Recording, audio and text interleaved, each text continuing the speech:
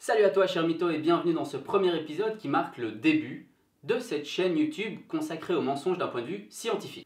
Et afin de se mettre tous d'accord sur ce qu'on va aborder sur cette chaîne, ce premier épisode va être consacré à une question essentielle et sempiternelle. Qu'est-ce que le mensonge ?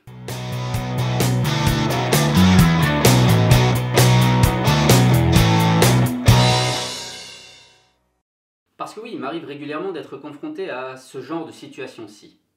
Dis Fred. Ouais, c'est mon prénom. Est-ce que quand je dis à ma copine que je vais à l'entraînement de foot et qu'en fait je vais au bar du club, c'est un mensonge? Eh bien Jamy, c'est une excellente question à laquelle nous allons tenter de répondre. Il existe plusieurs définitions du mensonge, à peu près autant de définitions que de chercheurs qui se sont penchés sur le sujet. Il faut donc choisir une définition et le choix ne manque pas. Pas de panique. En 2004, Massip, Garrido et Herrero, qui viennent tous de l'université d'Oslo comme vous l'aurez deviné, ont écrit un article qui s'appelle Defining Deception. T'as vu l'accent en anglais. Hein. Après avoir épluché énormément d'articles sur la question, ils en sont arrivés à la définition suivante. Le mensonge est donc une tentative délibérée, réussie ou non, de cacher, fabriquer et ou manipuler une information factuelle ou émotionnelle de manière verbale ou non verbale afin de créer ou de maintenir chez autrui une croyance que les communicants considèrent comme fausse.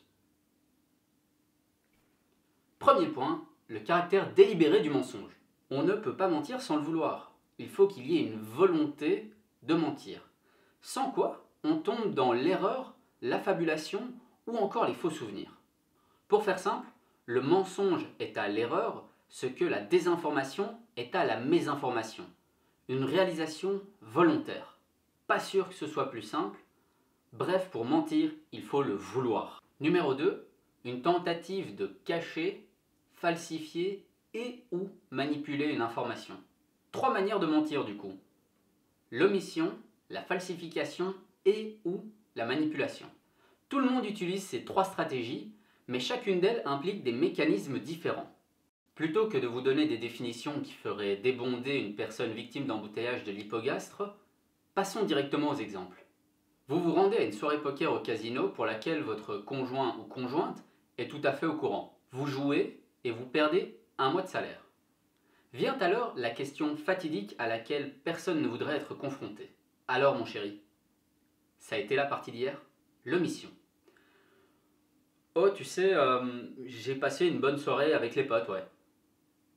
La falsification. Ah je ne t'ai pas dit? On n'est pas allé au casino hier, non on a été boire des coups au bar juste à côté du casino d'ailleurs. La manipulation. Oh, tu sais, la partie était pas en ma faveur, j'ai pas trop eu de chance. C'est pas une catastrophe pour autant, hein, je te jure. Ces 3 manières de mentir impliquent des mécanismes cognitifs différents. Mais ça, on y reviendra dans une autre vidéo, parce que oui, il y a de la suite dans les idées. Point 3. L'objet sur lequel porte le mensonge.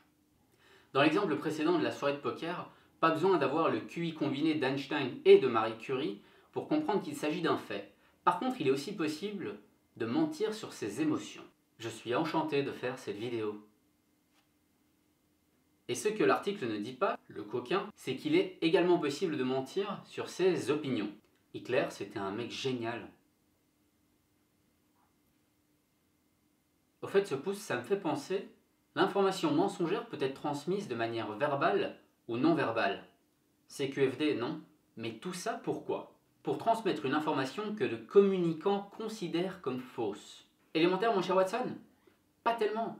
Il suffit que l'information soit fausse pour celui qui le dit pour que ce soit un mensonge. Ça veut dire que l'information en tant que telle ne doit pas être fausse. Elle doit être fausse pour celui qui l'énonce. Imaginons l'exemple suivant. Un ami me demande 5 € pour le dépanner. Je sais que j'ai cet argent dans ma poche, mais je vais lui dire « Désolé, je n'ai rien sur moi ». Si ma poche est trouée et que je m'en aperçois plus tard, ai-je vraiment menti?